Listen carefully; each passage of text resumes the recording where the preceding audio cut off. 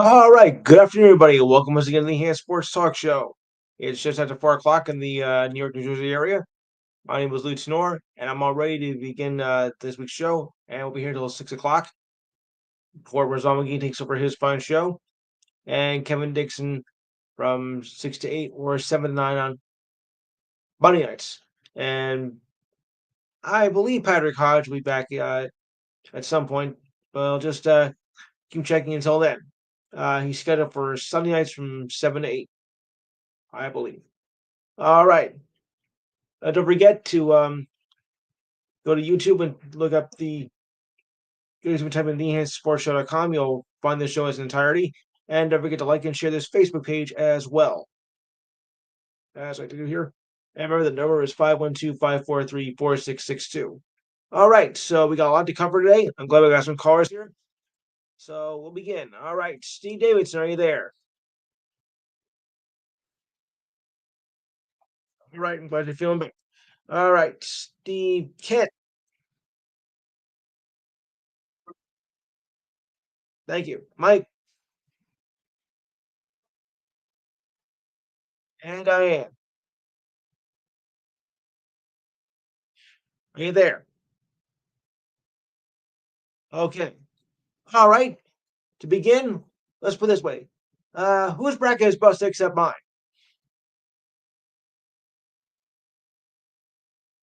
Anybody's?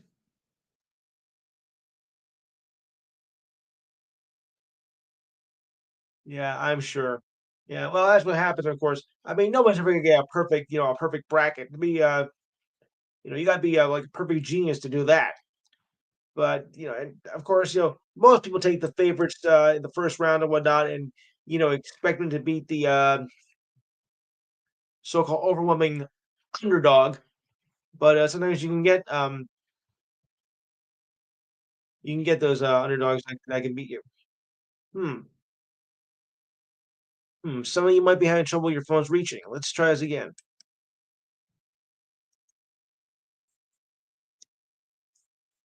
All right, just hang on a second, folks. I'm just trying to get somebody's attention here. Okay, so I can in the women's game, the women's games in the women's game. Yeah, good going. All right, so congratulations on that. Unfortunately, the men's team, well, let's put it this way: they weren't up to speed this year at all. But I'm glad the women's team is still involved in the tournaments, and so is Rutgers.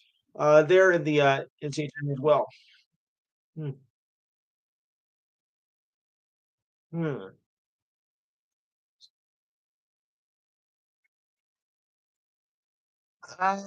No, not with the women's team. No, they have a fairly decent basketball team in the women's department.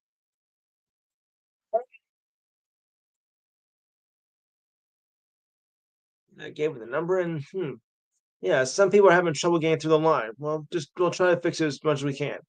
All right, so let's look at the remaining schedule and the scores here right now. Okay, right now, Arkansas and St. John's are in a battle here. They just gone to the half. Arkansas is leading by 3, 35-32. But despite this matchup, the seedings, this should be a very highly contested game because you got two legendary coaches going at each other. John Calipari, of course, legend coach, and of course Rick Pitino, who has brought St. John's back to life after so many years of being, at the bottom of the Big East. So, despite the seedings, this match doesn't surprise me at all, and I think this game can go either way because both coaches have been here before and they know what they're doing. They know how to win. So, I am looking for a very close knit battle here between these two teams, and I think it's going to come down right to the wire here. And you can quote me on that. All right. So we got, but just for the record, okay. Steve Davidson, who do you got in this matchup? St. John's and Arkansas. All right, Steve Kent.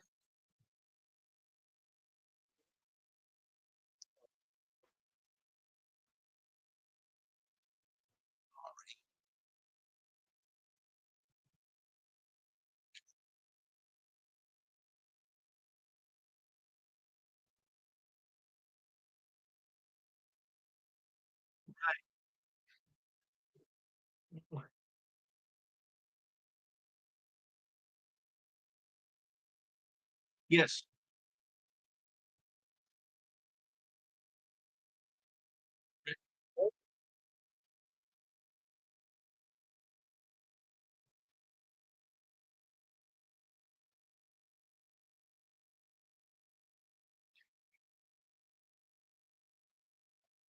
All right. I'd like to welcome another another customer here, and I'm sure that for those of you who are following the show over the years, know this is a very special person coming in here. For the record, would you please state your name?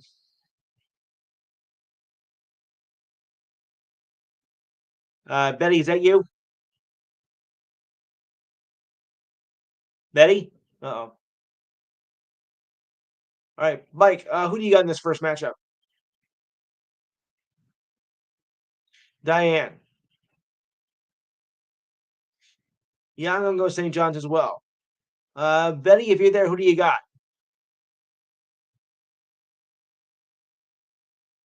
Okay, now let's try it. Betty, are you there? Oh, okay. Yes, loud and clear. Okay. Okay. Who do you have in the first matchup here? St. John's and Arkansas. Who do you have? Unanimous. Great. Actually, yeah, actually, this is an anniversary show with Betty and I because, well, actually, last week was the anniversary show. It was 9 years ago last week that I first actually came on to Betty's show for the first time. Back when we were doing, back when we were doing an NBA show, and it helped pave me the way. Thanks to you and Kevin, and it's now 9 years since I've been involved in this, well, nationally. But I owe a great debt to Betty and Kevin for helping me find my footing, and it's been a great ride ever since. And the ride's not over. So I have you to thank, Betty. I got you and Kevin to thank, and everybody else who supported me over these last 9 years. Wow.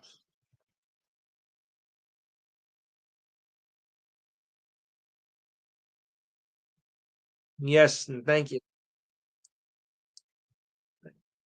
Yes. Okay, next matchup, and this should be a highly contested matchup, I think. Number 4, Texas A&M versus 5, Michigan. Okay, I know some of there is not going to be happy with that one. All right, Steve Davidson, who do you got here? Texas A&M, Michigan. Steve Kent.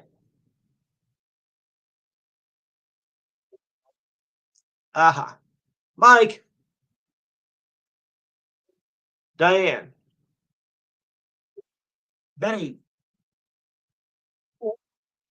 I have Michigan too. If I don't, I know someone's going to kill me later on. All right. All right. This one I think should be a fairly easy matchup, at least on paper. Number 3, Texas Tech against Drake. I don't mean the rapper either. All right. Steve Davidson, who do you got?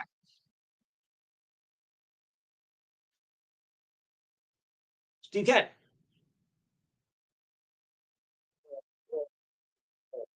I thought so. Mike. Diane.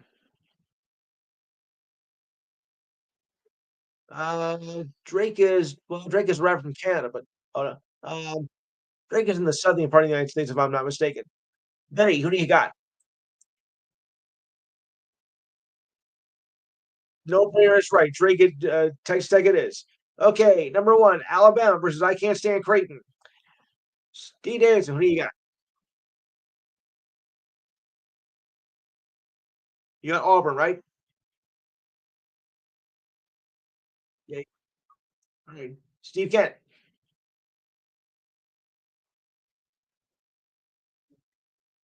Auburn, and Creighton.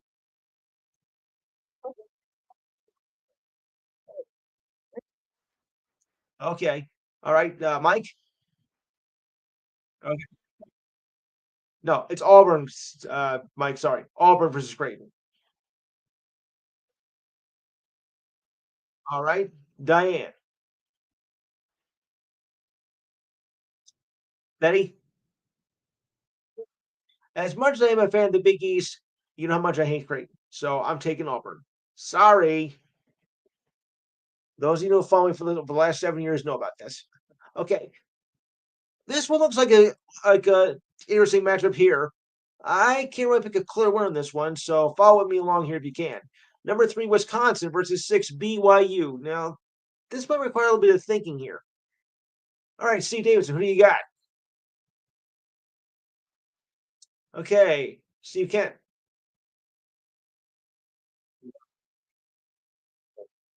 Mike, Diane, Betty.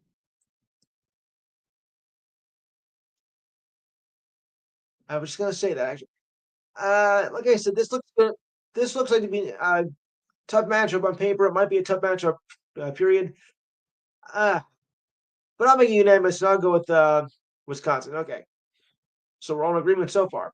Okay, number one, Houston against Gonzaga. Now Gonzaga's pretty tough.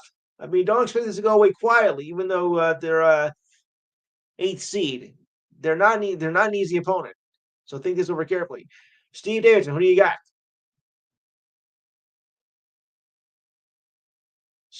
Steve Kent.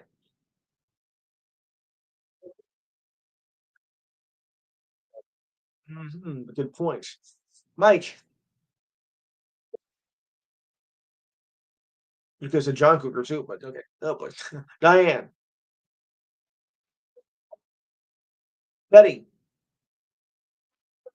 I'm gonna go with what Steve Kent was mentioning because I've seen Gonzaga play and they can shock anybody. And Houston does have a problem with carrying out through past the second round. So I'm gonna go with the upset and say Gonzaga. Now the glass slipper will still fit. Sorry. Oh boy. All right. Number two, Tennessee versus number seven, UCLA, or UCLA as some call it. Steve Davidson, who do you got here? All right. Steve Kent.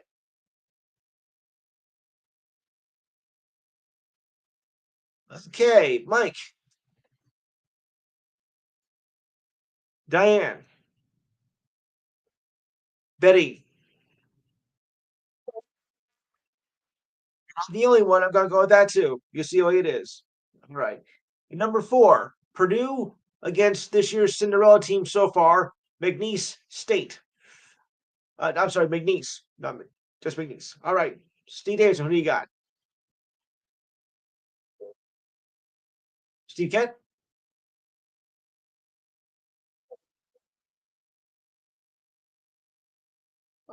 I'm sorry. That was earlier today. That's right. I forgot. All right, so we'll skip that. All right, so we'll go to tomorrow's matchups. Yeah, that was the early game. Just to make sure if I did missed anything else here.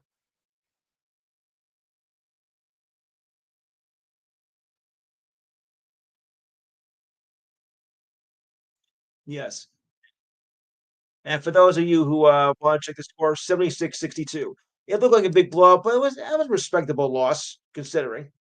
All right, so tomorrow we have these matchups here. All right, starting bright and early at noon. Number one, Florida versus two-time defending champion UConn. Steve Davidson.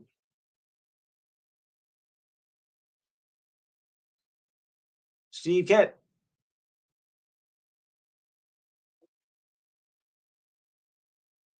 Yeah.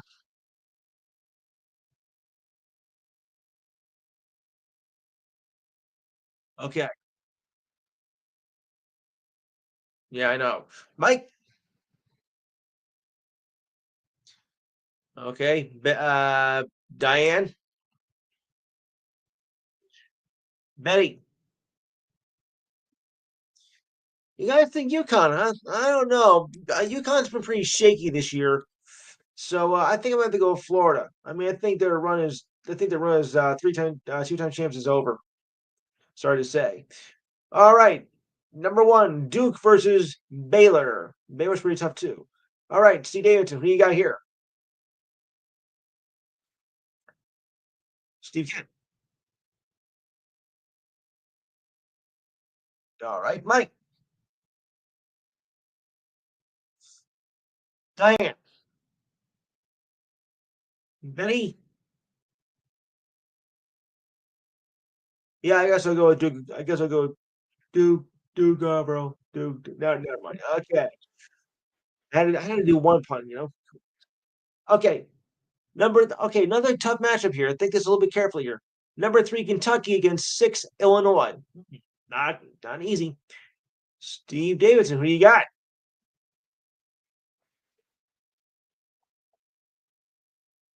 Steve Kent.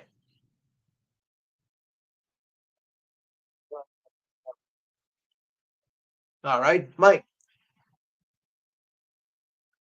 Diane. Betty. Yeah, I'm gonna take Kentucky too, but don't expect it to be a cakewalk. I don't see that at all. I think it's gonna be a very slight margin. All right. Number two, Alabama versus St. Mary's. Steve Davidson, I know who you got, but go ahead. You can say it anyway. Of course. Steve Kent.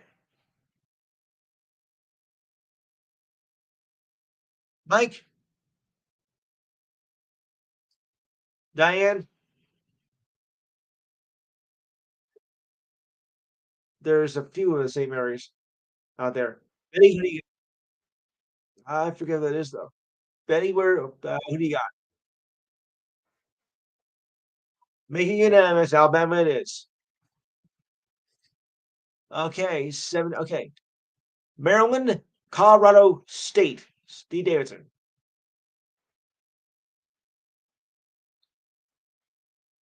Terrapins, yes. Steve Kent. Mike. Diane.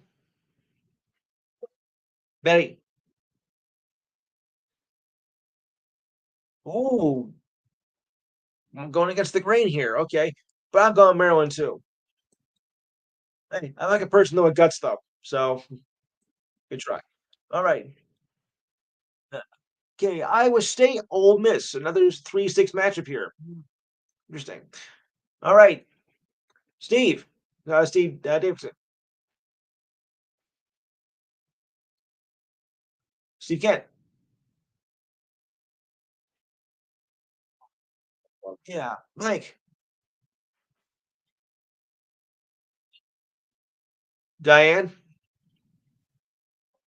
and Betty. Yeah, I'm gonna go Ole Miss too. At number 60, I think it's a little bit misleading for them, to be honest with you. All right, all right, Michigan State, New Mexico. Steve Davidson. Okay, Steve Kent, Mike, Diane, and Betty. It's Michigan State and New Mexico. Making that Michigan State is. Okay, and the final game in the men's bracket for this round, a 4-5 matchup, Arizona, Oregon. Okay, Steve Davidson. Steve Kent.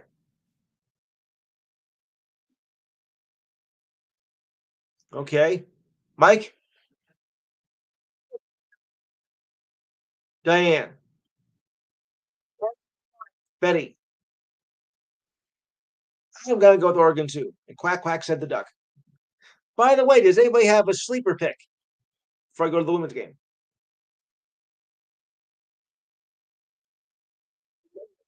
No one? Huh. Alrighty.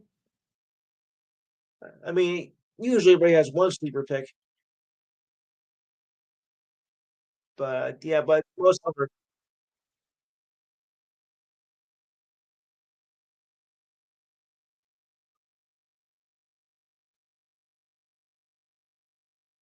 yeah,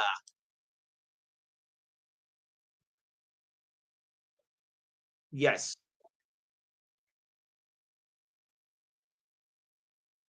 right,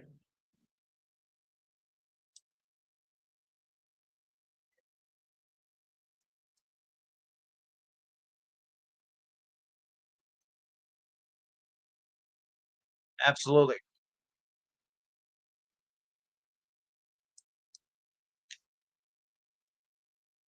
Well, right now, Arkansas is, get this, guys, Arkansas is now 42-34 with 16 and a half to go.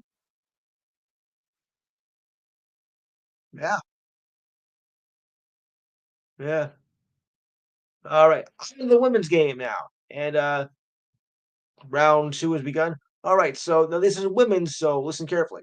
All right, starting out number three, Oklahoma versus Florida Gulf Coast. Steve Davidson. Steve Kent. Mike. Whoa, going with an upset here. Okay. Diane. Whoa. Gutsy moves here, guys. Betty. Yep, I'm gonna go with the range as well. Oklahoma.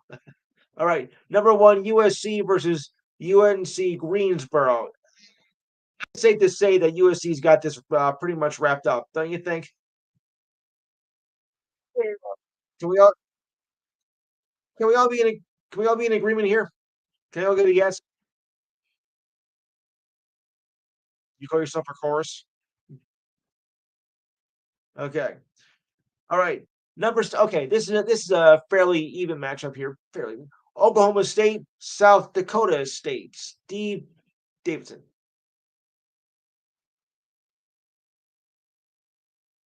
Steve Kent. All right. Mike. Diane. And Betty. Okay. That's been unanimous. Oklahoma State. I should say that with Eric. Okay. Number four, Maryland versus Norfolk State. That I think is Virginia. All right. Steve Davidson, who do you got? Steve Kent. Mike. Diane. And Betty. I'll go Maryland too. Okay. Number three, North Carolina versus Oregon State. D. Davidson. No, no, it's North Carolina, Oregon State. Okay. Steve Kent. Mike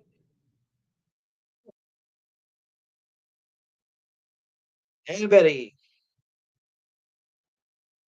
North Carolina it is. All right. Michigan State versus Harvard. Steve Davidson.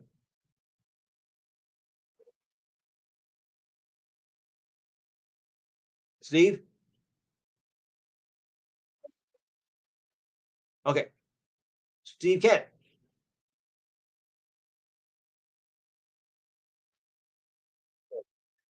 Mike says with a question mark, but okay. Diane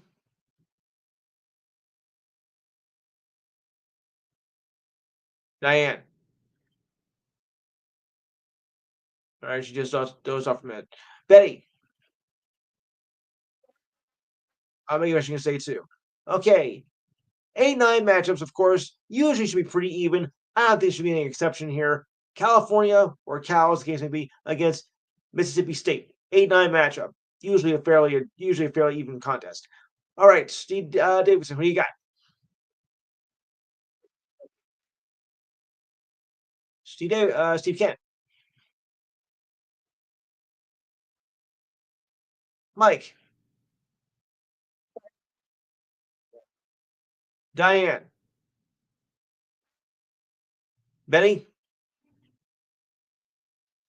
Well, I could say it's California. Here I come. Oh yeah. All right, okay, another 8-9 matchup here. Illinois versus that team I can't stand. Creighton. Steve Davidson, who do you got here?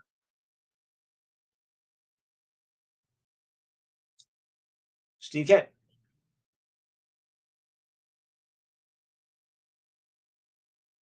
Back to him. Mike. Diane. Billy. Okay, but I'm taking Illinois anyway. All right. Okay. I hate when that happens. All right. Number 6, Florida State versus George Mason. I said George Mason, not George Washington. All right. D. Davidson.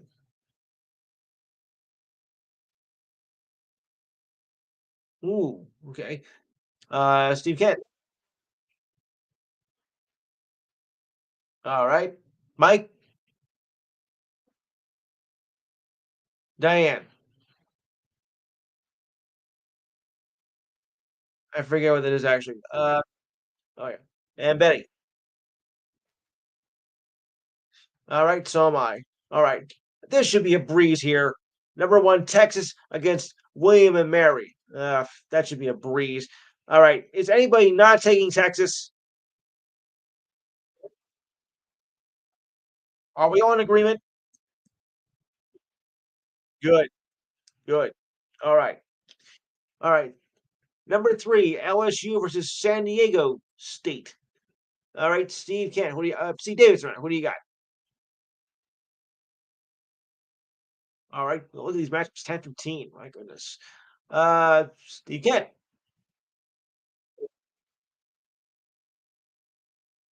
All right. Mike. Diane. All right. And Betty. LSU it is. All right. That.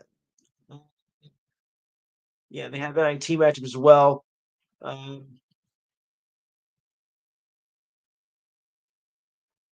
And yeah, UConn. Okay. Just hang on a second. Okay, we have those matchups. So now we'll just do tomorrow's matchups, and they go like this. All right. And actually, Diane Seton Hall plays Portland tomorrow in the women's tournament. So anybody gonna take Seton Hall against Portland? All right, maybe not. All right, so let's move on. Okay, all right. Number 2, Duke versus number 10, Oregon. Steve Davidson. Steve Kent. All right. Mike. Diane. Benny. Okay. All right, this was a tough matchup here, guys. Listen to this one carefully. Number 3, Notre Dame against number 6, Michigan. All right, Steve Davidson, who do you got here?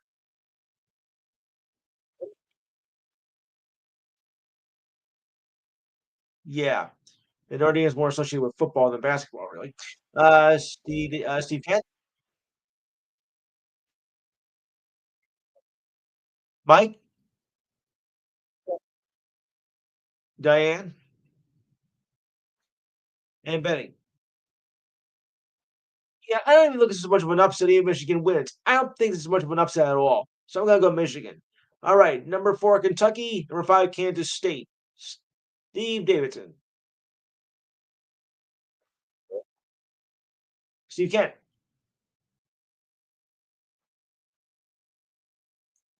Mike. Diane. Betty. I'm going Kentucky too. All right. Number 1, South Carolina versus number 9, Indiana. It's a look. I mean, this even though despite the seedings, these are very competitive basketball schools. I mean, Indiana, of course, well, that's basketball country right there. But South Carolina is a dangerous team at number 1 as well. All right, Steve, who do you got? Steve Davidson, that is. Oh my goodness. Right now, Arkansas is at 53-41 for St. John's. How do you like that? All right, Steve Kent.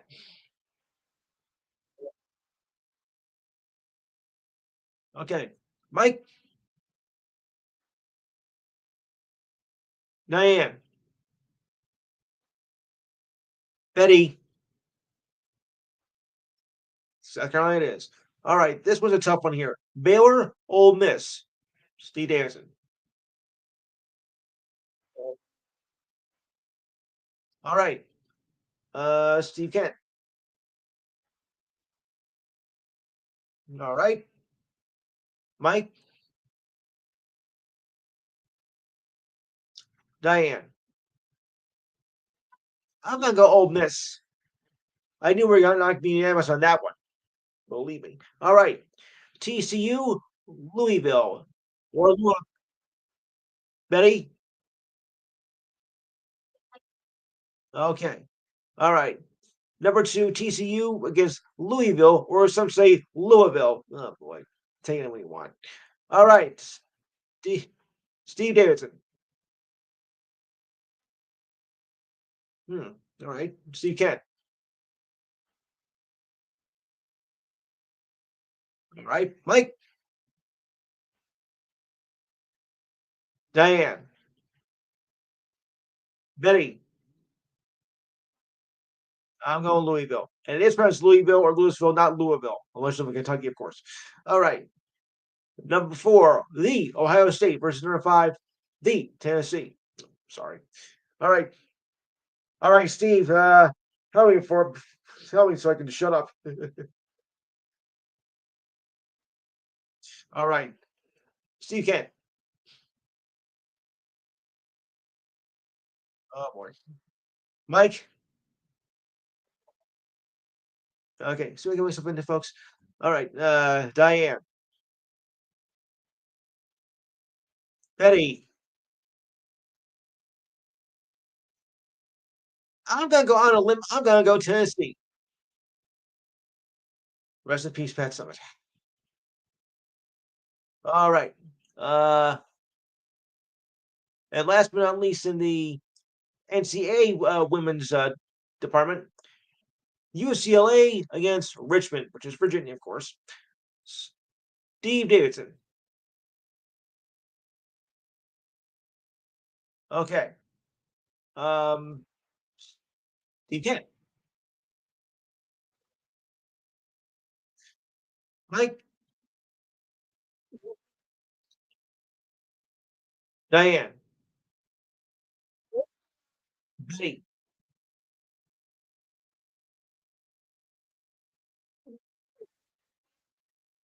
Yeah, I'm going that too. UCLA.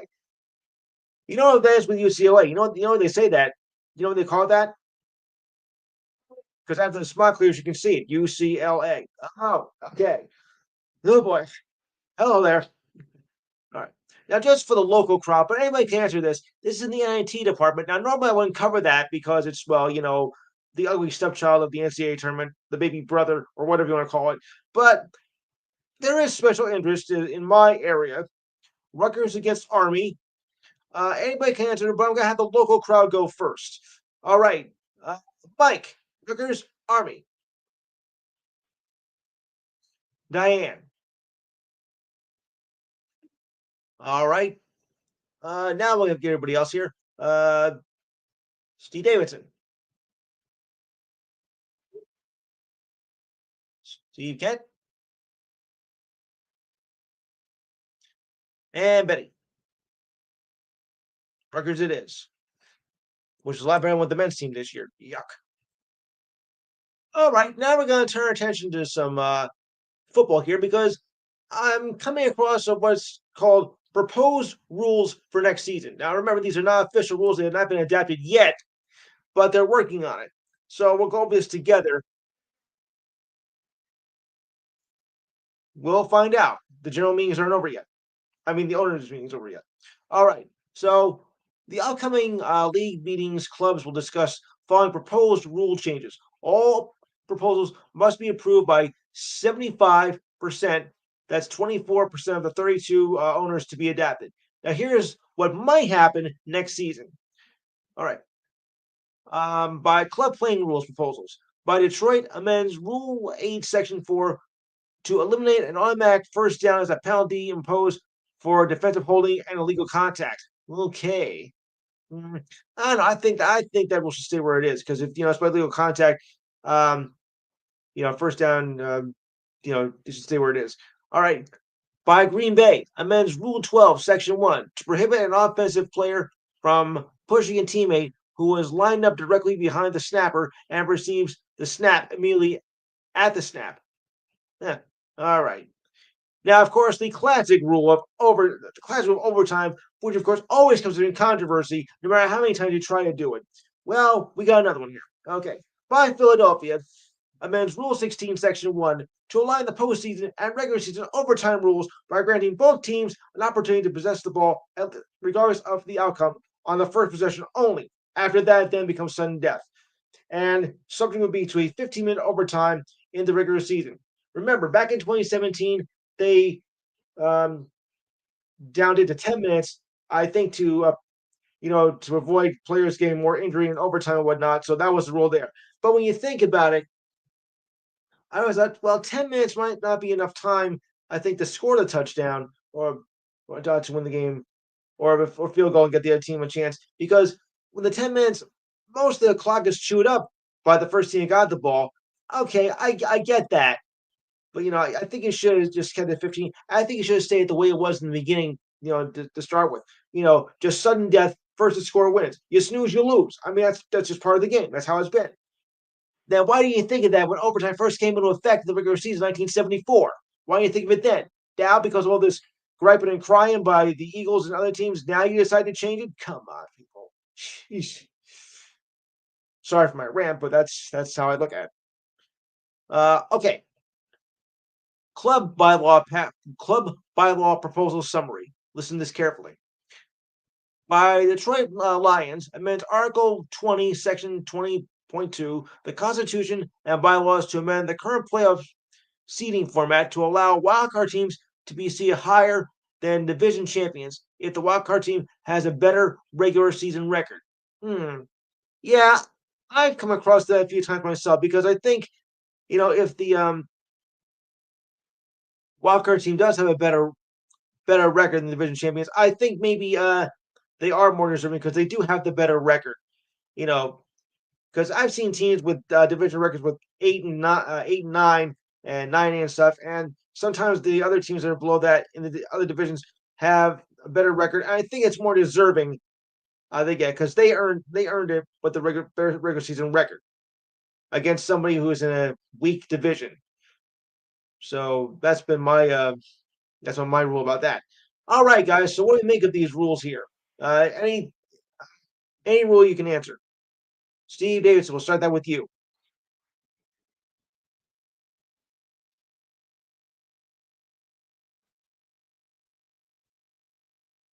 All right.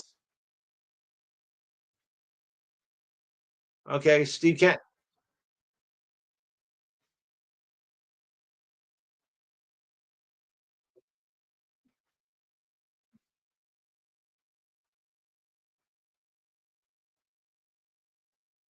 Right. Yes.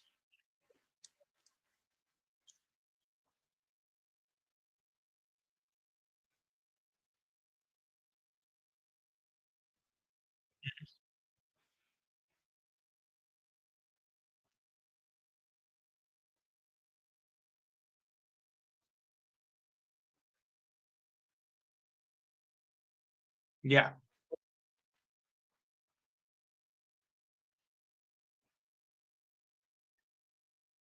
I see. Regardless of record.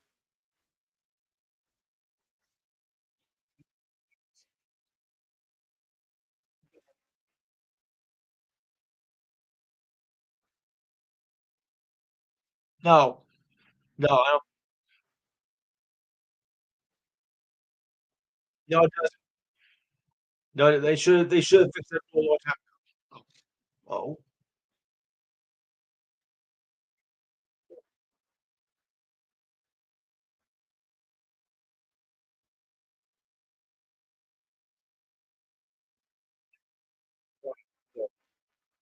right, of course. Yeah, think about that.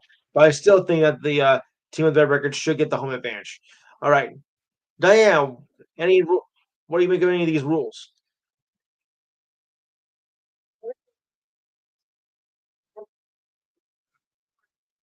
Well, which rule do you think? Which rules do you think should pass? All right, Betty. Yeah, I mean, it would make more sense that the better record, got the home field advantage. Assuming you believe in that, because I don't necessarily believe in home field advantages because anybody could lose, of course. You just got. I mean, you just got because you got the better record and in most cases win your division. But I don't necessarily think just because you're playing at home means you're automatically going to win. I mean, that's a big myth here, folks.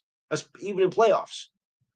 Because sometimes you do have the crowd behind you, but you get a lot of distractions too.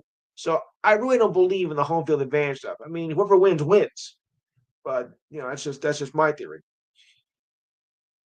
All right, so we had the opening today, well Thursday, Tuesday of the unofficial official start of the baseball season.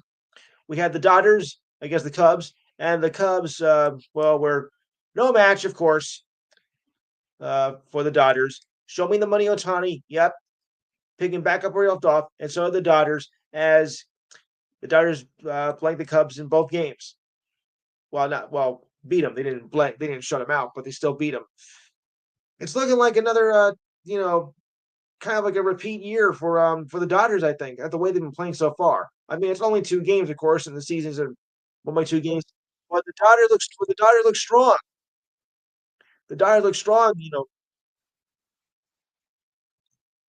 Shoni Otani, the Dodgers two-way player, guy. Yeah, that guy. You know, they're looking strong, and they look to blow everybody out of the water.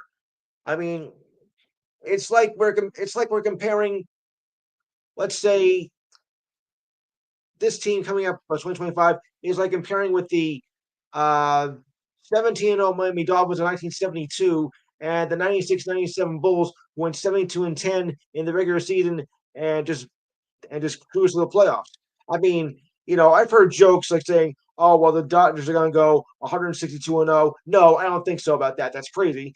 So I think 150-12. Yeah, maybe, or maybe at least 125 games. Maybe even break the Yankees record or the Seattle Mariners record of 2001. And but they lost in the first round to the Yankees. Of course. It is. It is.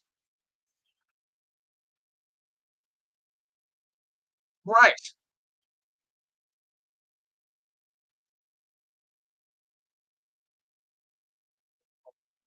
Right. Yes.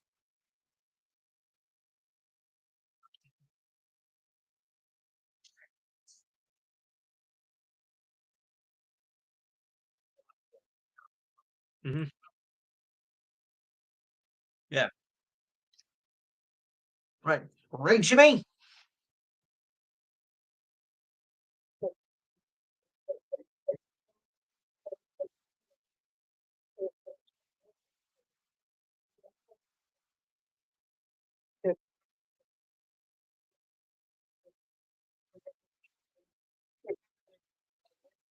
No. No, but with the lineup that they have, with Otani and the other Japanese pitchers, because they have been proven to be, spectacular. But I think it's being a little bit, premature that the Dodgers are going to just roll over everybody, and think it's going to be an easy road to another World Series title. I don't know about that. I don't know. Yes, that could be a problem. That could be a problem. Injuries can hurt a team.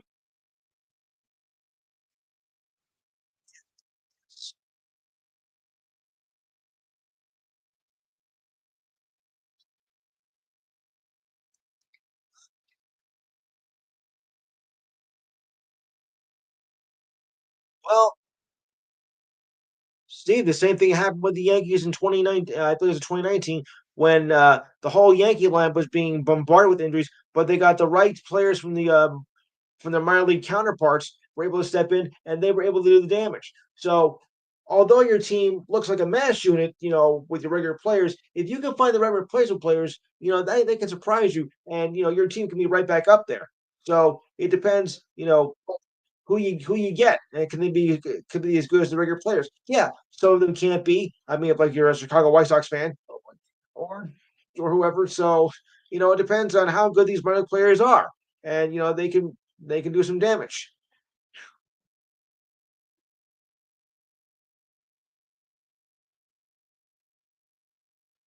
Yeah, I know.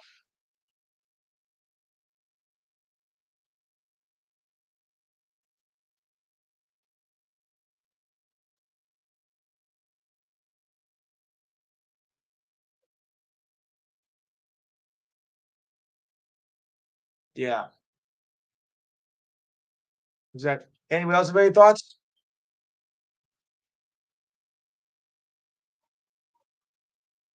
Oh, sure. Go ahead.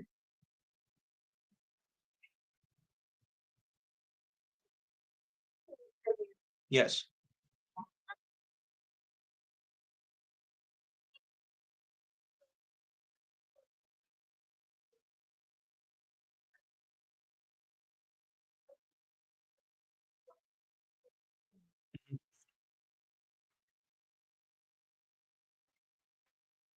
I'm gonna say 1904,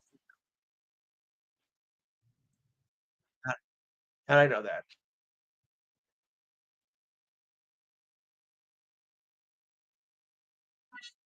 Okay,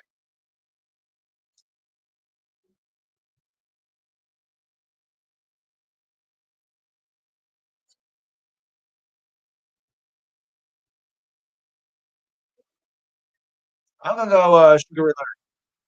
Oh, Marvelous Marvin. Yes. Okay.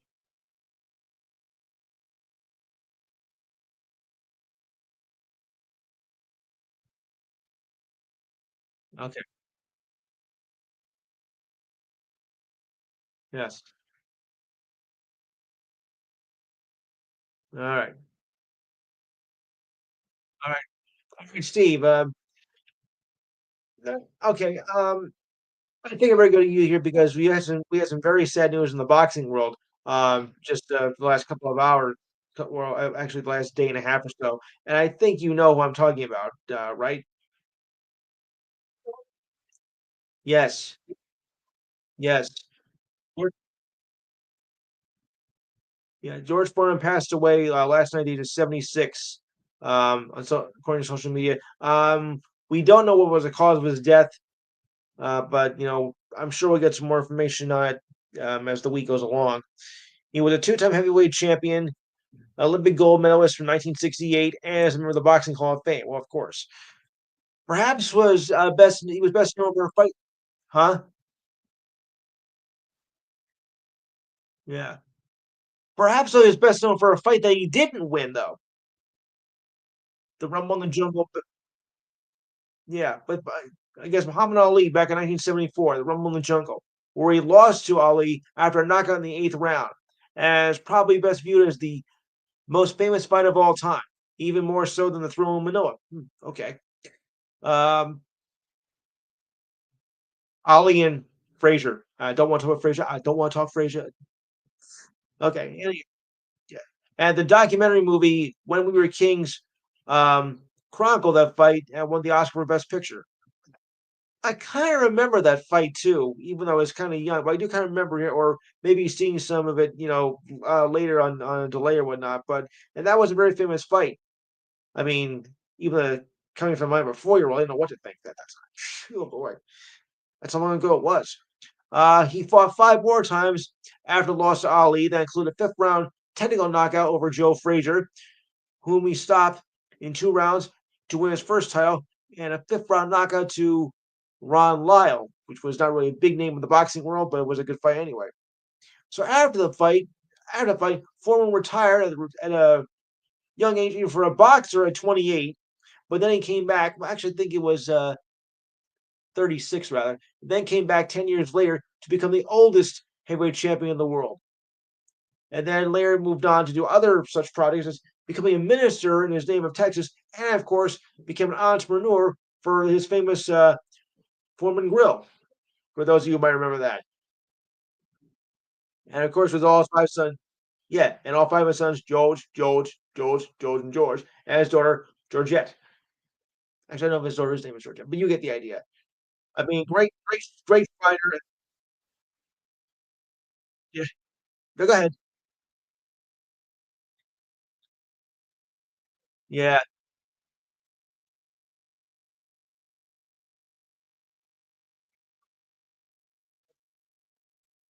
yeah. I think I remember that. Hey, Elizabeth, you don't want to mess with this one. Oh, okay. Yeah.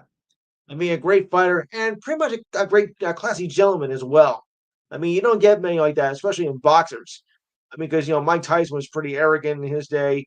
Ali was a classman too, but the others pretty much, yeah, not really. So we lost a great fighter. Steve, I think you might remember the Rumble in the Jungle. I think, yeah, in '74, in 1974, right? No, I think no, was it on ABC back then? Really? Well, maybe on live TV, but wow. Huh. But then again, it was a big time difference, so yeah, you're probably right. Yeah. But, what else would you remember about Foreman, as a fighter?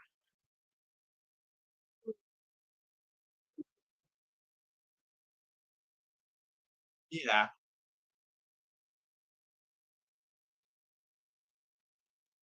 Yeah.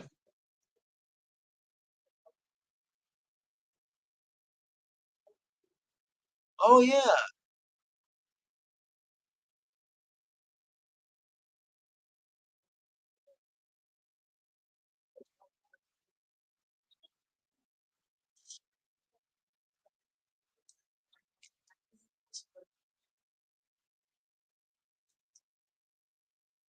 Yes.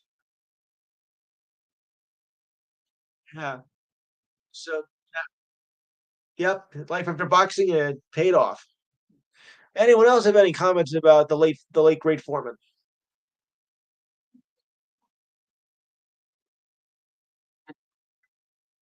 Yes. Mhm.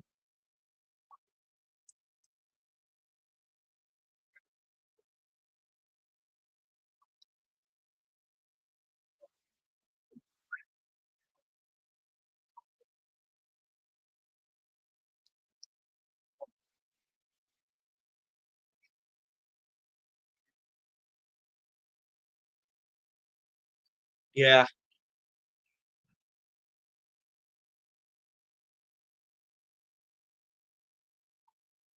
certainly.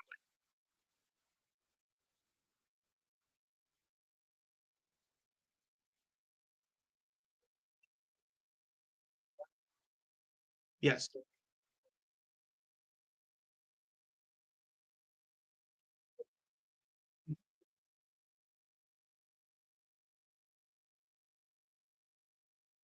Yes. Mhm.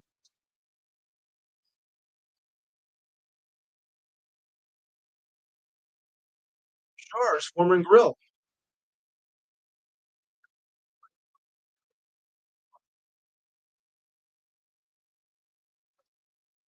Mhm.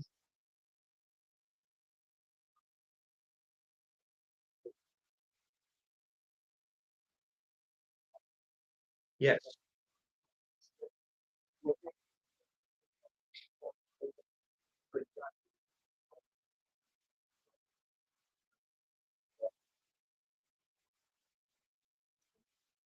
It might have been a heart attack.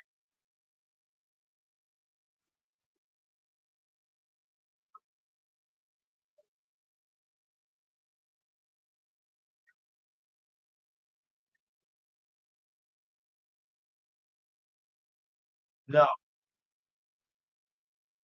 we're just taking over. It's taking over boxing, of course.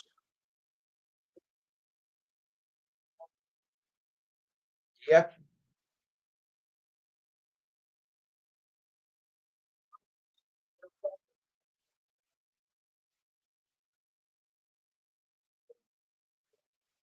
Yeah.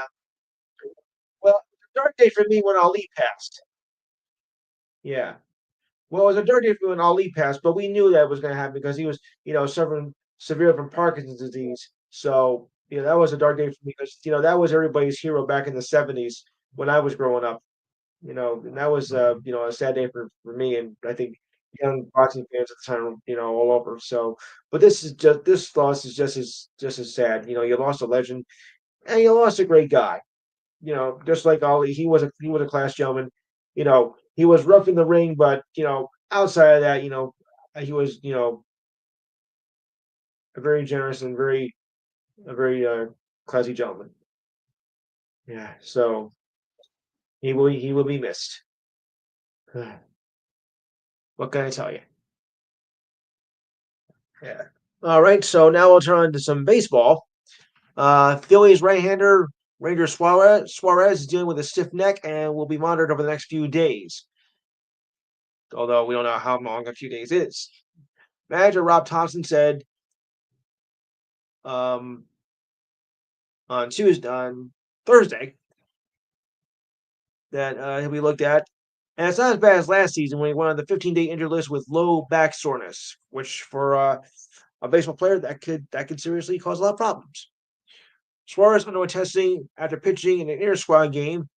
He was not in yesterday's Grapefruit League game against the Blue Jays. For the record, Diane, Grapefruit means you're playing those games in Florida, and Cactus means in Arizona. Just to clarify on that with you. Last season, Suarez finished 12-8 with a 3.46 ERA and 27 starts. Overall, he's 41-29 with a 3.42 ERA and 161 games total with 93 starts since making his debut in 2018. What a coincidence. Same year I started doing the show. How interesting. All right. Pirates right-hander Jared Jones missed his final spring training game with elbow discomfort, and we don't know when he's going to return. That's the sad part. Jones, expected to be the number two star for the Pirates, reported discomfort after a bullpen session last Sunday, and the Pirates are awaiting a second opinion after Jones went medical imaging. But I don't think a second opinion is going to change much of the opinion. I think he's going to be out for a little while, to be honest. He was not recovering as he would like to be himself, said to Senior Director of Sports Medicine Todd Tomac. Wait, Todd, hold it. Yeah, Tomac. We're still in the process of learning as much as we possibly can. We don't have any official progress this time, so we are still in the early stages. This for Jerry. Last year, he went 6-8 with a 4.14 ERA in 22 4.14 ERA in 22 starts in his rookie year. In four spring training starts, not bad. A 2.25 ERA, struck out 17 in 12 innings, but didn't win, but is still 0-1 on that. So not bad. Would be nice to get the win though. Yeah. Well, the thing is though, at least okay, you're injured now, but it's better that you get the injury done and over with now rather than say like it's in July and August when you're trying to vie for a playoff spot, and then you could be up like 6 to 8 weeks, and that can really damage your team's chances if you're fighting for a playoff spot.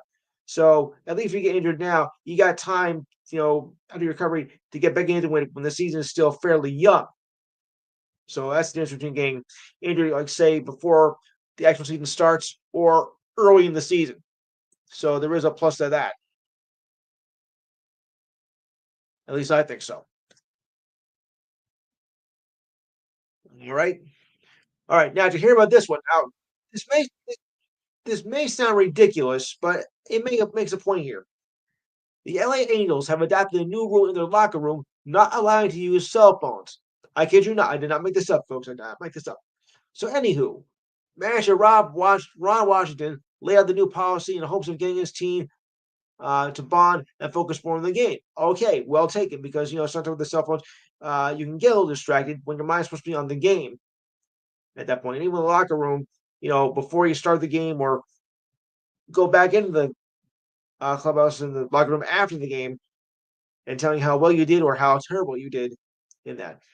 So Washington wanted to say it's not a punishment. I just want to focus. I just want some focus. Washington has the new rule told by the Athletic, a very highly respectable publication. Washington is now entering his second year as Angels manager. He previously established the rule when he was manager of the Rangers.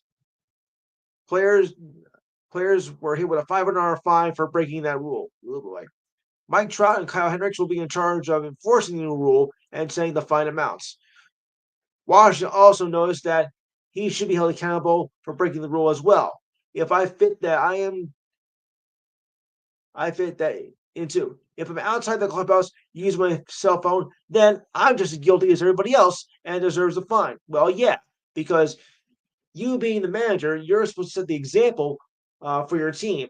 I mean, you may be in charge of them, but does not mean you're above the law. So, if he gets caught, then he's going to take the blame for it. Yes, and that's how it should be. Because you're there to set an example for them. Enforce it, yes, but you have to follow too. Otherwise, they're going to think whatever he does is okay, everybody else. So it is kind of a strange rule, but I get the point. Not using the cell phone in the locker room. So, what's there to make of this? Anyone can answer. Um, well, I think after the game was mostly, I think before and during the game, but after, I think they won't enforce that. Yeah, it's a strange,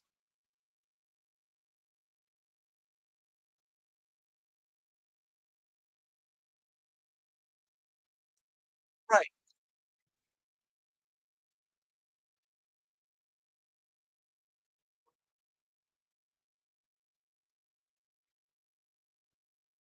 Yes, hmm of course.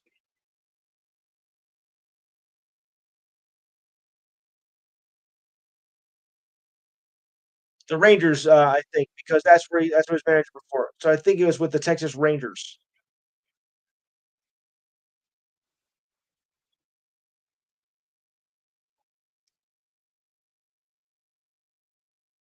of course.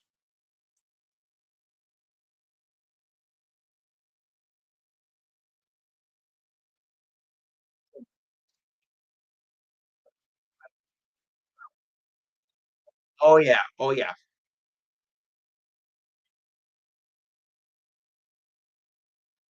Trout's seen better days. I mean, I don't think he's got much more in him, Steve.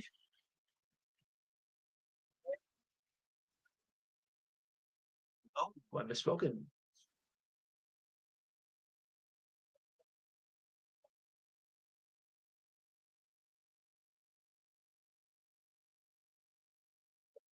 Yes.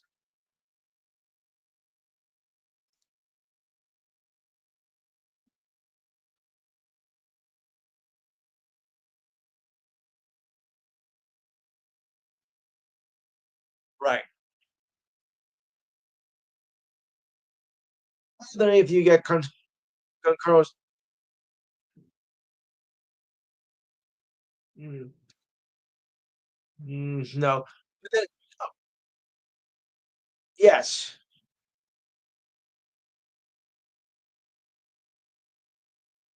Uh-huh, uh-huh.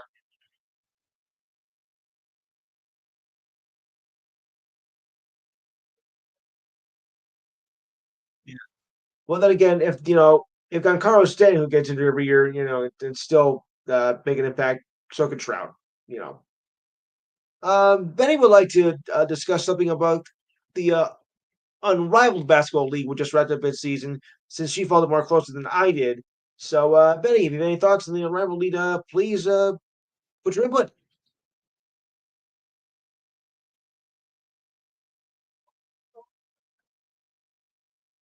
Yes.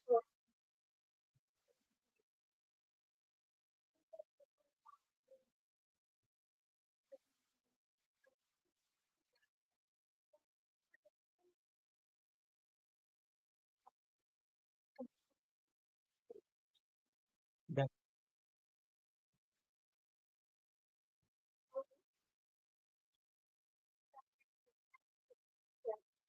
Yeah.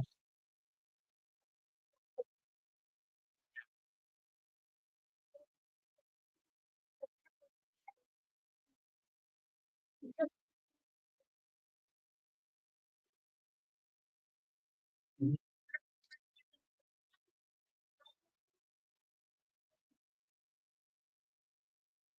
Mhm. Yes.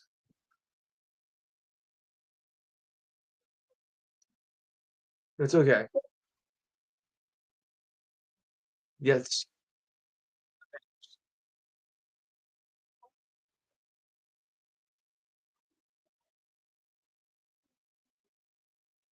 Right.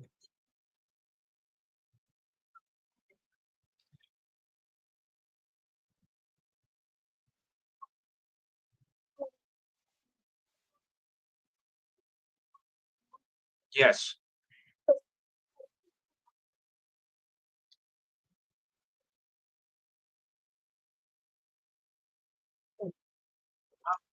Yeah.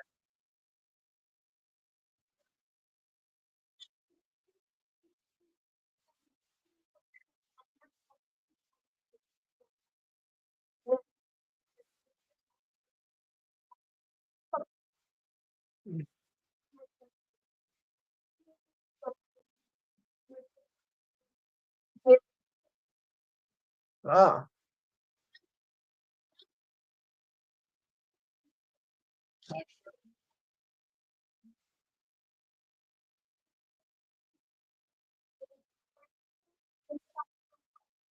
yes.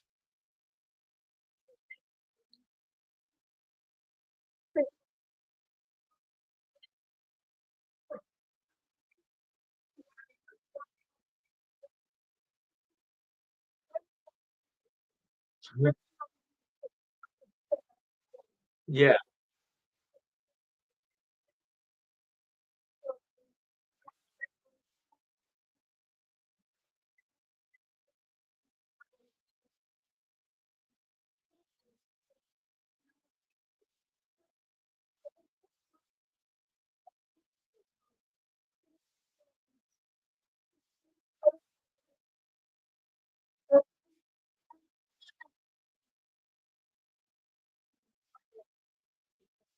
Yes.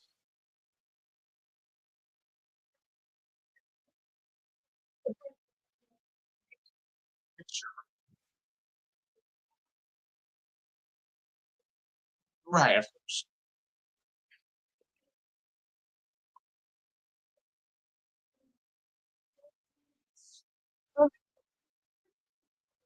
Okay. I'm still an Obi watch here, guys, and the Capitals just scored a goal. It's 1-0 against Florida. It was not scored by Ovechkin, but he did score a goal earlier this week. So now he is at 888 in his career and is six away from tying Gretzky and seven away from breaking the record. And uh, well, I thought that he'd break the record by the time the March was over, but I think it's got to wait until early April if that happens. But I believe he's going to do it before this year is over. The game was just 5 minutes into the first period. I'm viewing them on my streaming device. So I am keeping a very close eye. Say it again. Oh yeah, there's a whole slew of them, but this is more of an impact dive because we're looking at history here. Everybody else, that's second rate compared to this. So I'll be on Obi watch. By the way, the Rangers did beat the Canucks this afternoon.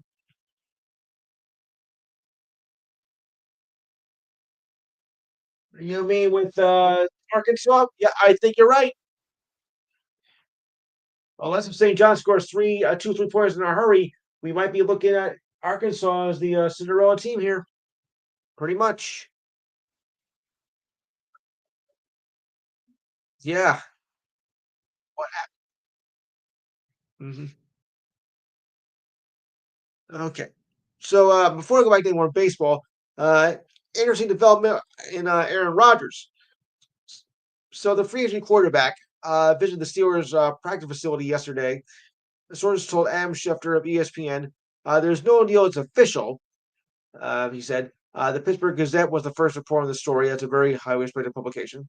Rodgers emerged as an option for the Steelers 2 weeks ago during the league's negotiating period before the start of free agency on March 12th. While Rodgers had offers from the Steelers and Giants, the Vikings were also in the mix, but that was pretty much the word no. Your phone. Right here. I got a call on you. Go ahead. So Minnesota, however, is planning to move forward with the 2024 draft pick J.J. McCarthy, which would mean Rodgers of landing in the Vikings territory is let's just say slim and none. Rodgers was released from the Jets on March 12th, and deservedly so. So, if you ask me, though, I think Rodgers is done. I mean, banged up and everything, and last season wasn't that great. I don't think, although the Steelers could use a better quarterback. If you went to the Giants, no, I don't think the Giants are going to go after him. I think they want to look younger and whatnot. So, you know, go with the Steelers, you think? No, the Steelers, yeah, yeah, it does look like that right now. But I still think, though, that, he's seen better days. And, he's never going to be as good as he once was. Yeah, right. Yeah. Yeah. So I would say I'd be on the Steelers, but, how much does he really have left in him, to be honest with you? I mean, he's lost a step after the injury, and he's never been quite back. So, but do you think maybe, he can do wonders for the Steelers?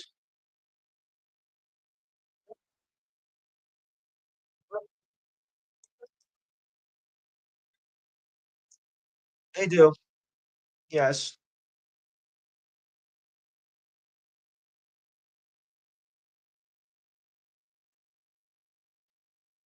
Hmm.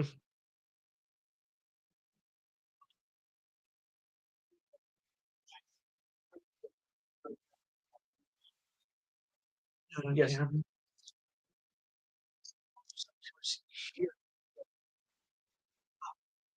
There you are. Um, yeah.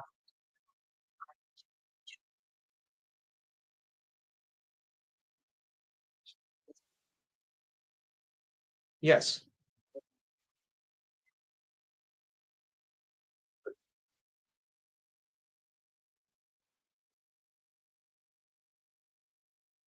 Right.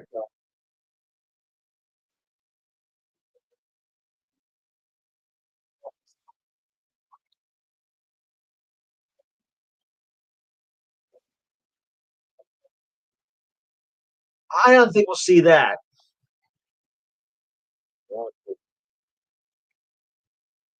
Really. But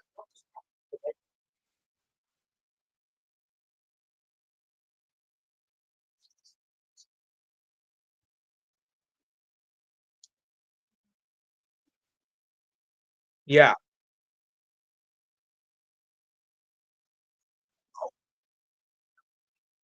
Geno Smith.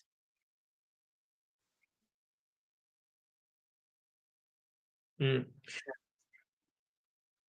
yes. Speaking of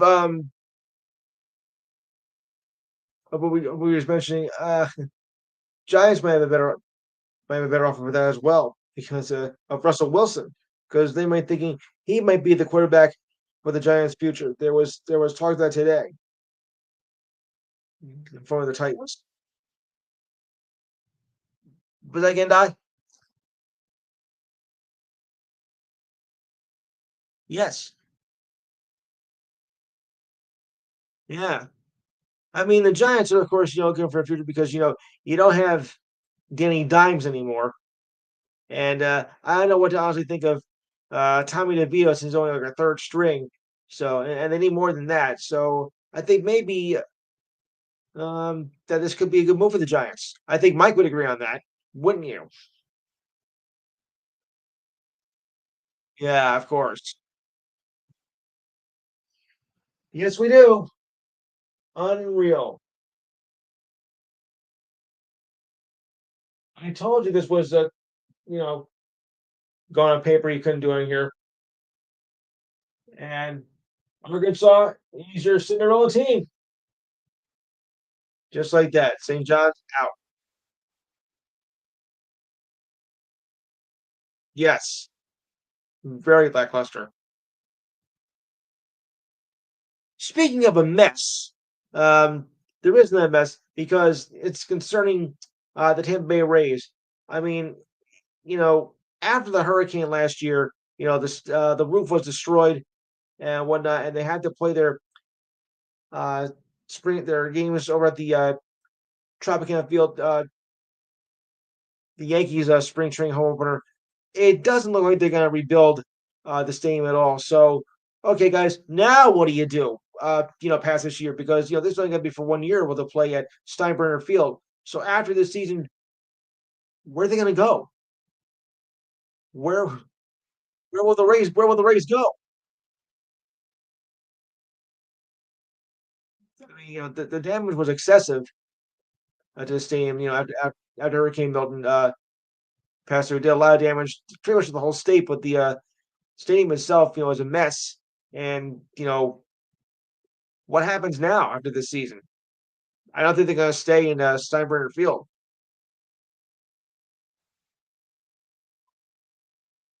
I had trouble hearing you. Can you say it again? Yeah, go ahead, Steve.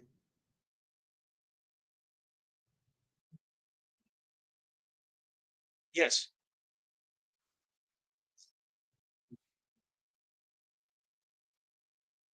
Right.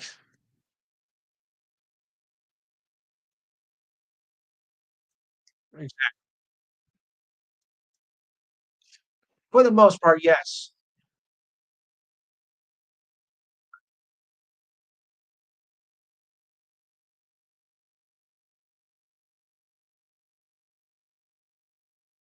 You're right.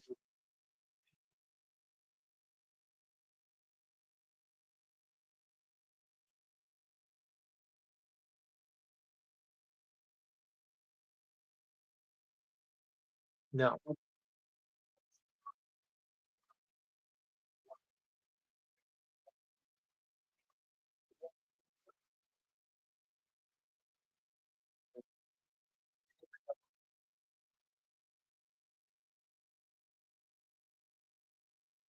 Mhm.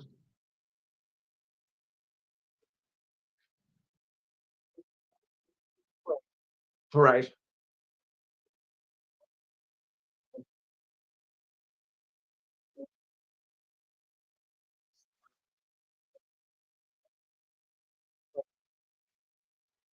Yes.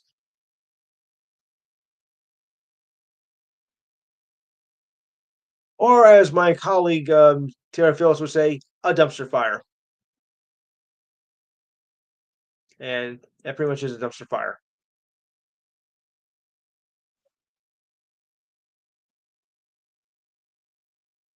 It's still the White Sox, but when you consider the location and everything, it's not good, and that's really a sorry statement for a franchise that once did go to the World Series, and they haven't, but they don't draw the fans either. That's a poor excuse.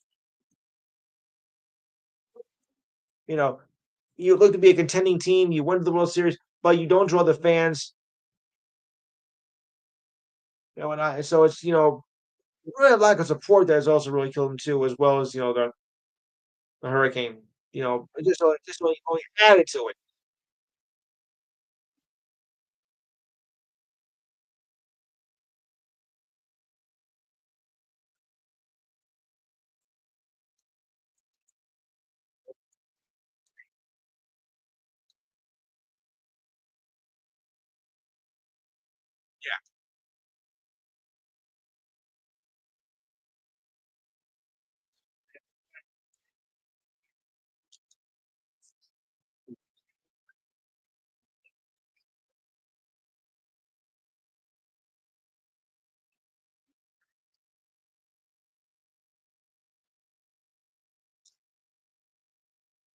Yeah. Right. Well, supposedly. Matthew's here. I want to get his thoughts. Go ahead, Matthew. All right.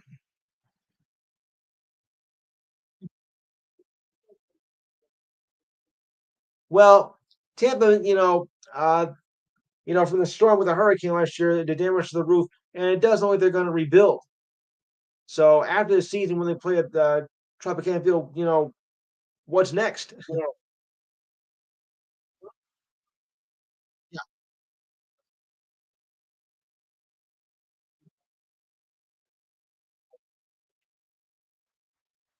that's what I said. What's next?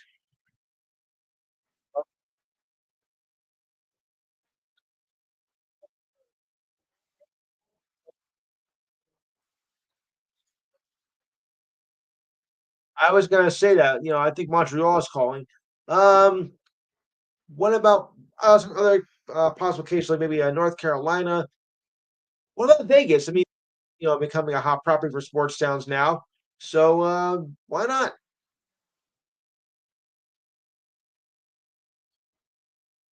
He's moving there. Hey, New York does. LA does. Why not? Chicago? Why not?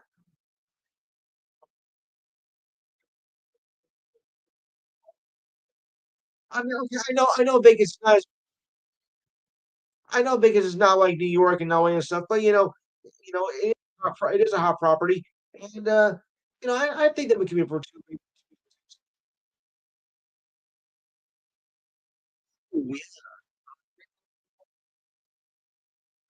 Yes. Well, that was one of the rumored possibilities as well. Of course, you got to wait till 2020 to do it, but right now, in their current location in Sacramento, I think fans are looking in on this. I think they're taking potential interest here, somewhat. Folks, I want to put a very yeah,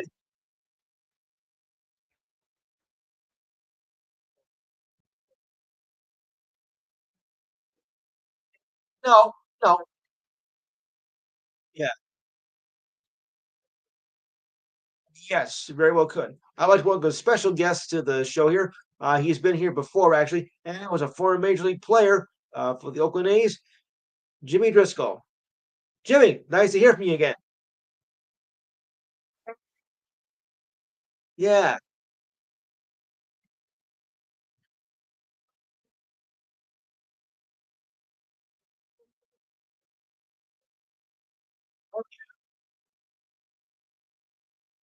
yeah,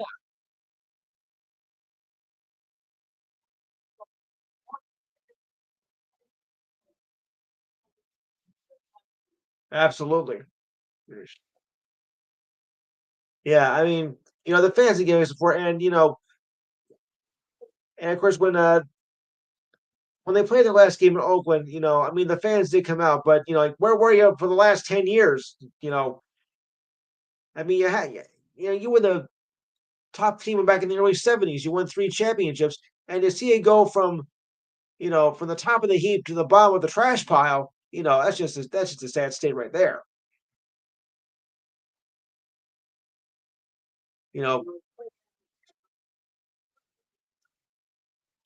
oh yeah, a big monkey wrench. Sorry to say, but that's yeah.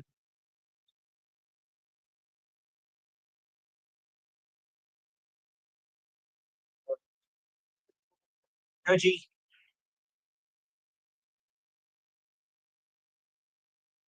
Reggie as well. Of course, I know Mrs. Yankee, but that's beside the point. But Vegas. But I think if Sacramento can draw some interest, maybe they might rethink moving to Vegas because Sacramento doesn't have really anybody except the Sacramento Kings that well. But I think this could be good for baseball. I mean, Oakland though has been like I said, dumpster fire for all the teams because nobody is playing in Oakland anymore. The Warriors moved up to San Francisco. Uh, Raiders moved to Vegas. Uh, A's are gone. What happened to the city of Oakland? They were such a hot team, a hot area one time. What happened?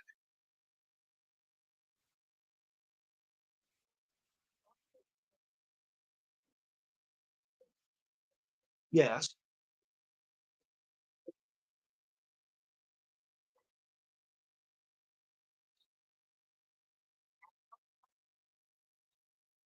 Okay.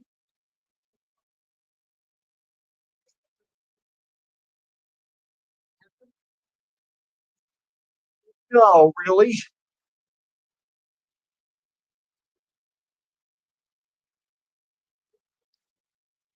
Yep.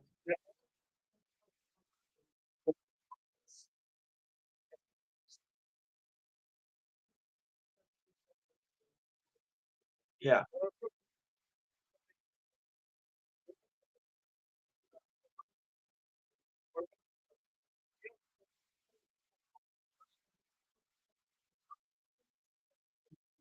Okay. Yeah. Well, look, if the Rams can do it, we move back to LA, and the Raiders do move back to Oakland, and we're not. So I guess anything is possible. And the Cleveland Browns moving back to Cleveland, although it's a modern version. But you get the idea. Yeah. Wait, Betty, what are your thoughts? Maybe Aaron Rodgers going to Pittsburgh since you're the Steelers fan.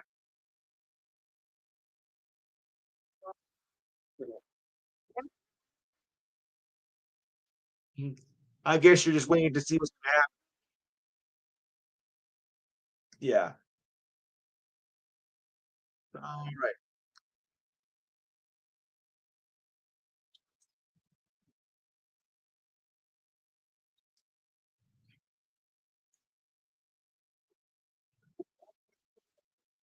right. There was rumor to happen. Yes.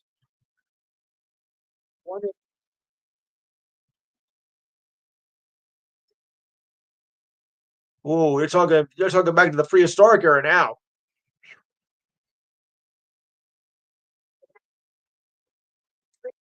Yeah.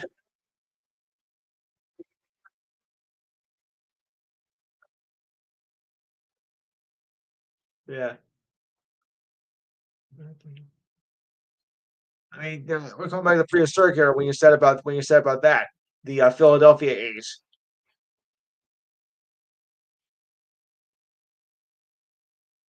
Yeah. Hold on. Okay, so moving on to another topic. All right, the Sixers have ruled out wingman Paul George for the rest of the year. That, according to a report from ESPN, George received injections on his left thigh muscle, and the decision to shut down their star player uh, was agreed, and the recovery time is about 6 weeks. Well, basically, the Sixers season is over since they're in the bottom of the barrel here, so it really wouldn't matter. 41 games, he has averaged 16.2 points per game, his lowest in 10 years, and missed most season due to injury. Capitals score another one. Okay, we're good here. The six 23 and 44. But despite that, only 5 games in back of a playing spot, which I don't think they're deserving of, considering that low record. So, but that's a tough break for the Sixers. As you know, as bad as it's been this season, you know, it's just gotten a lot worse. And Anthony Davis had been assigned to the Texas Legends of the G League swap by the Dallas Mavericks. Davis, who was traded to the Mavericks from the Lakers for Luka Doncic after suffering a left thigh injury on February the 8th. He is reportedly eager to return before the end of the regular season. The Mavericks, though, are 10th, but it's a very weak 10th spot at 33 and 36. You know, that's the last playing spot, but you got to ask yourself, it's 3 games below 500. They're not playing like they're, you know, like a playoff contending team, to say the least.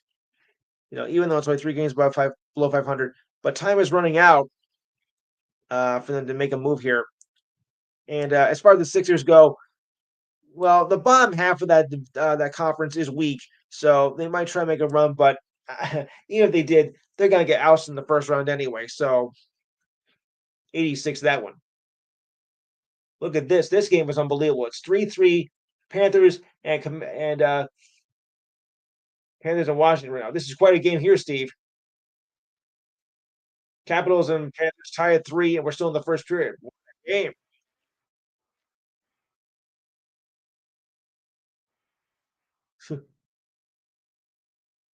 Yeah.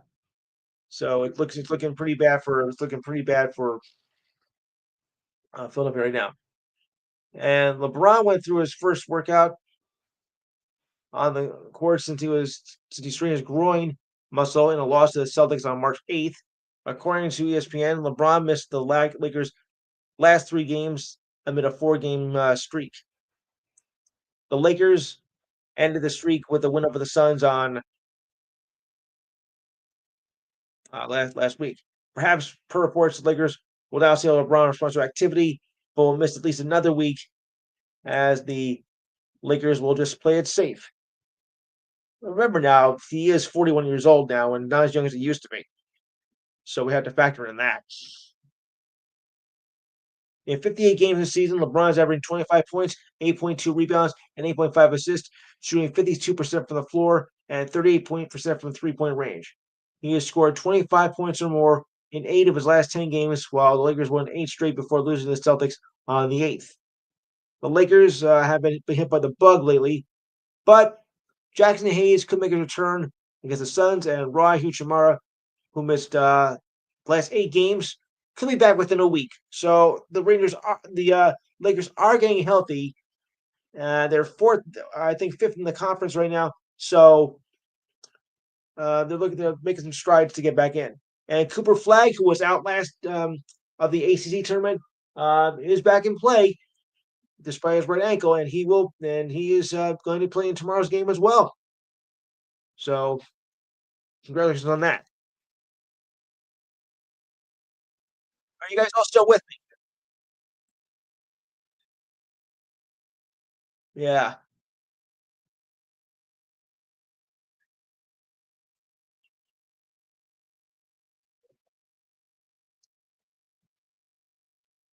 Utah Jazz or the Wizards, huh? Mm-hmm.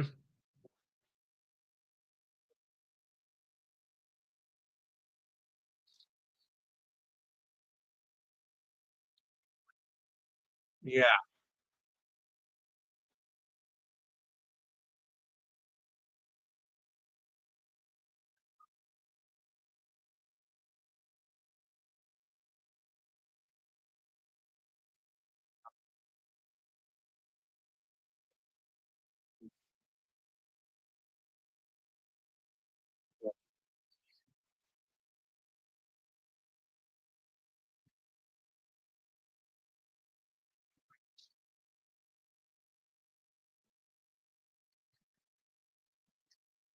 Yeah.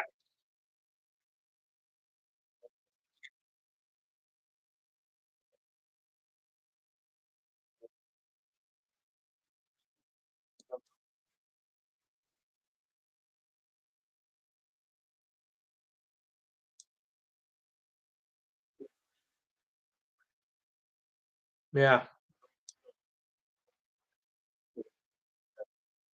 Stay another year. Stay another year because with that you need to go back. You're not ready for pro.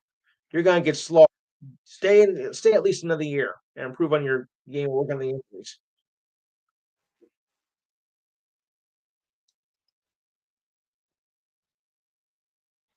Yeah.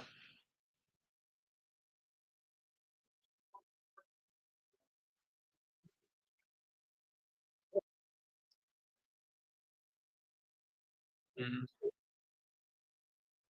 You can say the name if you want.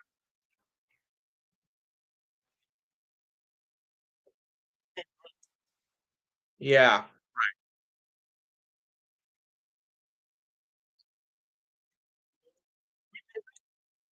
Yeah.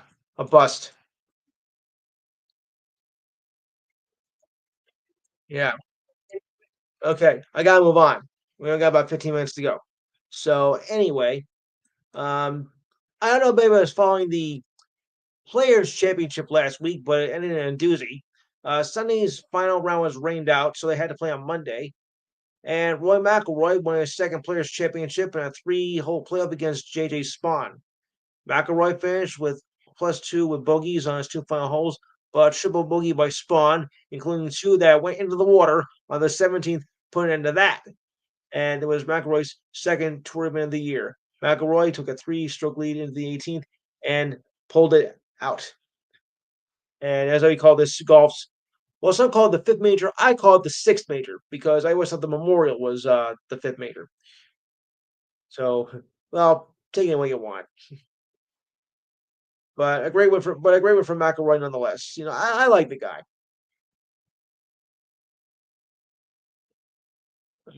And more bad news for the Pelicans.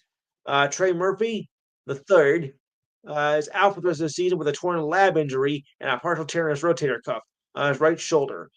So looks like the Pelicans just flew the coop right there. Boy. The Pelicans said the injury occurred Monday when Murphy dislocated his shoulder in the first quarter in a loss to the Pistons back on Monday night. He left the game after he was dying for a loose ball. He only played 1 minute. The Pelicans lost for the seventh time in 8 games. This team was a disaster. Murphy by far was having the best season of his career at 21.2 points per game and 6.4 more points than he had last season. He also averaging 5.1 rebounds and 3.5 assists. Mhm.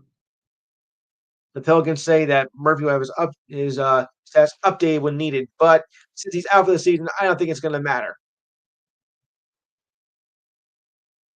Yes.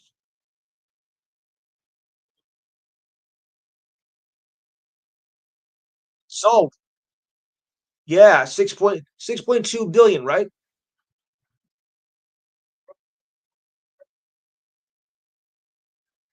That was close. Yeah, right. Yeah, I knew that.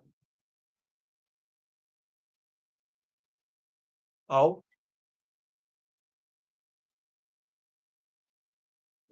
uh-huh. Yeah, that's right.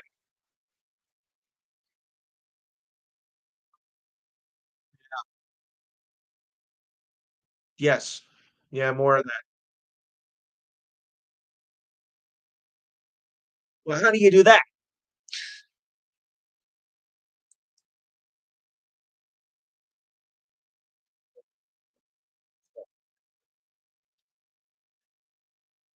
Yeah,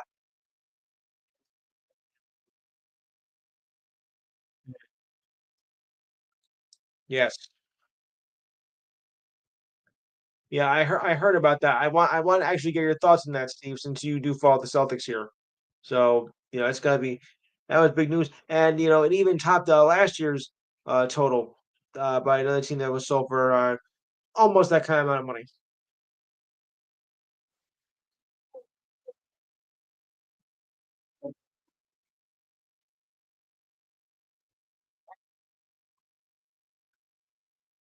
Yes.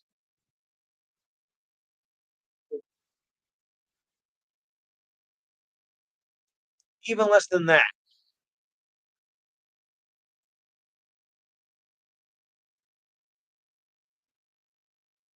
Yeah.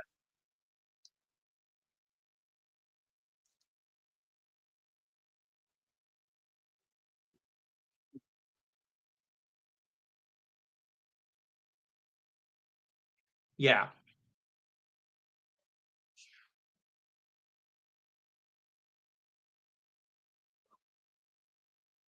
Neither would I. Yes.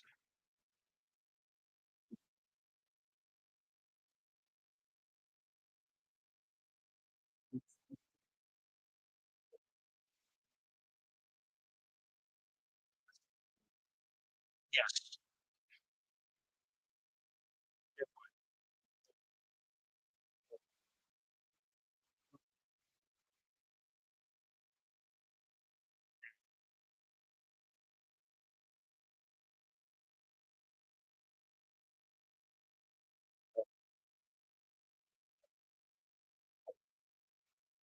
Mhm.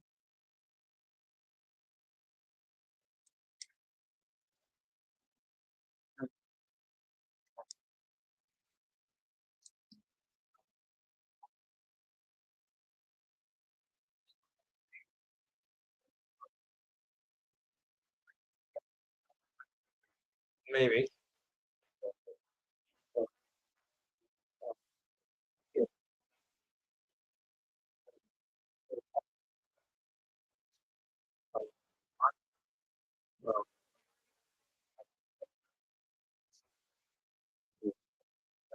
Yeah.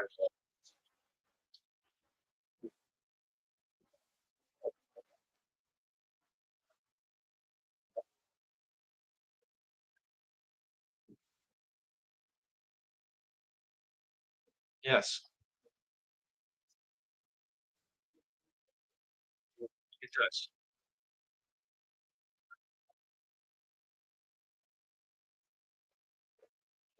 I think you're right. All right, guys. Well,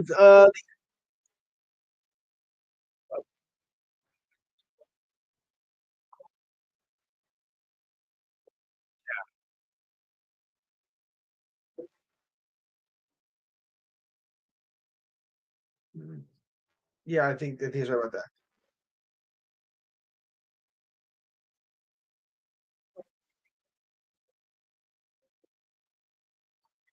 Right.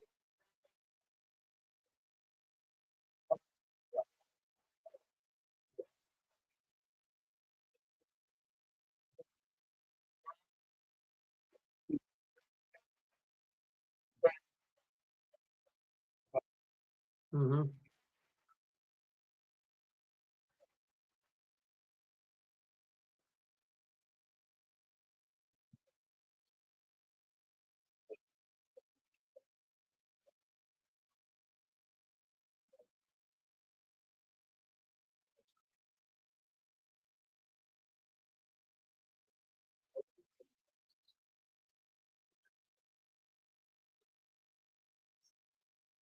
Yeah.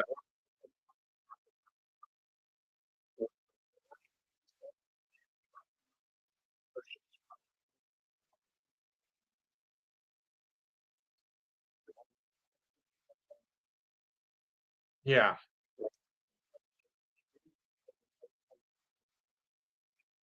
Mhm.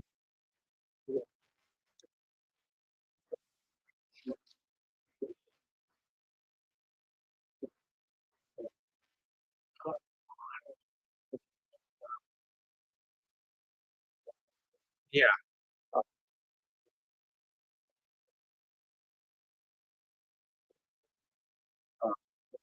Yes. Okay, I gotta move on, guys. We only got about 5.5 minutes to go, so I just want to go over one more article here. The UFL starts again next week. 10 weeks regular season schedule with no bye weeks and has a 2 week postseason. This is a merger from the XFL and USFL. The conference town game will be aired. Uh, Town conference games and the USFL championship will. Let me see that again. Consisting of XFL and USFL conference title game and the UFL championship on June 14th. So Friday is the first matchup between the St. Louis Battlehawks and the Houston Roughnecks. All right, Steve Davidson, who do you got in this?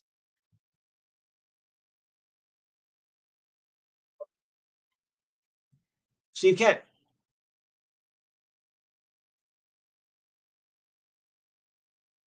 obviously no opinion. All right. Uh, right, Diane,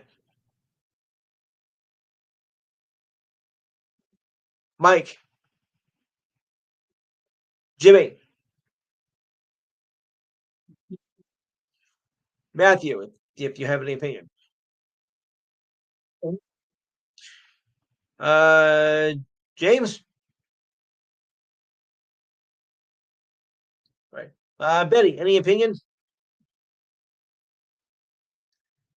Yeah, I think I'll go with St. Louis as well on that. And yeah, they're actually doing the games on Friday nights this year too. So that's why it's starting early. And we'll go through the schedule week by week.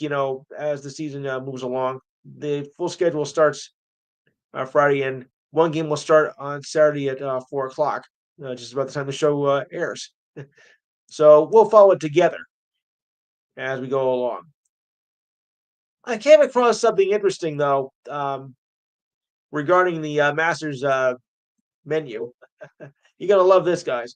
And don't blame me if this is making you hungry, but I saw something interesting here. You know how the winner of the previous year selects the menu for the Masters golf tournament? Well, wait till you hear this, if I can find it. Okay, so the Masters Club dinner menu for April the 8th, when the tournament starts. For appetizers, cheeseburger sliders or firecracker shrimp. Hey, you can't go wrong with that. Wow. Uh, Papa Chef's meatball and ravioli bites, pepper, Parmesan cheese, and tomato and basil sauce. First course, Texas style chili, cheddar cheese, jalapenos and corn chips. Main course, wood fried cowboy ribeye steak or black eyed redfish. Oh boy. Family style macaroni and cheese, jalapeno, creamed corn. I'll pass on that. Uh, Soy glazed Brussels sprouts, uh, chipotle lime, roasted sweet potatoes. I can't go wrong with that. And dessert, warm chocolate, skillet cookie, vanilla, and vanilla bean ice cream. I don't know about you guys, but this stuff is making me hungry. Wow. Yeah. Yeah. Hey, can you send us up some? No, I guess not. It's for Masters players only. Yeah. Or we'll go down to Augusta, Georgia next week. Yeah, right. That makes me, well, then again, it's almost dinner time for me anyway, so I guess I'm just thinking a little hungry anyway, more or less. All right. So we're almost out of time. This has been a great show. I want to thank Betty for coming in and Jimmy Driscoll as well. I hope you guys can come back. I really do. It makes it for a more entertaining show. Remember, we're on the air every week, 4 to 6 p.m. on Saturdays, with the occasional Friday if I can't make a Saturday. So keep that in mind, of course. Next week we'll be into the round of 8 in the NCAA men's tournament and in the women's tournament. The real MLB opener, of course, well the American opener, we'll put it that way, because this was played in Japan. Week 1 of the UFL, for those of you with special interest. We'll keep eye on Obi Watch as well, and of course the best and worst of the month of March, which I got a few more of the worst side than the best side though, when you put it that way like that. So I want to thank everybody for coming in. I do. I do. I didn't think anybody was going to mention it, but okay. Yes, my birthday is Wednesday, this Wednesday coming up. I wasn't sure if I was going to mention it myself, but since Betty did, thank you. And for the, but I'm yeah, I'm not going to mention all that. Yes, that's right. But also, I think we'll do a little Special Olympics commentary as well, since Mike is going to be involved in that next week. So if you can make it, Mike, can you give us a little commentary on what happened at your event? Because I want to get some notice on that. And I am not going to say how old I am on the air. For those of you that know me so well, you already know. So I'm not going to say it there. Thanks, thanks a lot. Yeah, but okay, but if you can bring it up to date, please do, and give the same to Greg and Caleb. All right, so we're just about out of time. I got with me from my buddy Rasal because he does a fine show, and I'll join him in a few minutes. So that note, have a good week. Oh, by the way, did anybody set their clocks? Everybody set their clocks back ahead this past week. Well, we all make mistakes like that. All right, so on that note, I'm gonna get out of here and make way for Rasal. So on that note, have a good week and good night.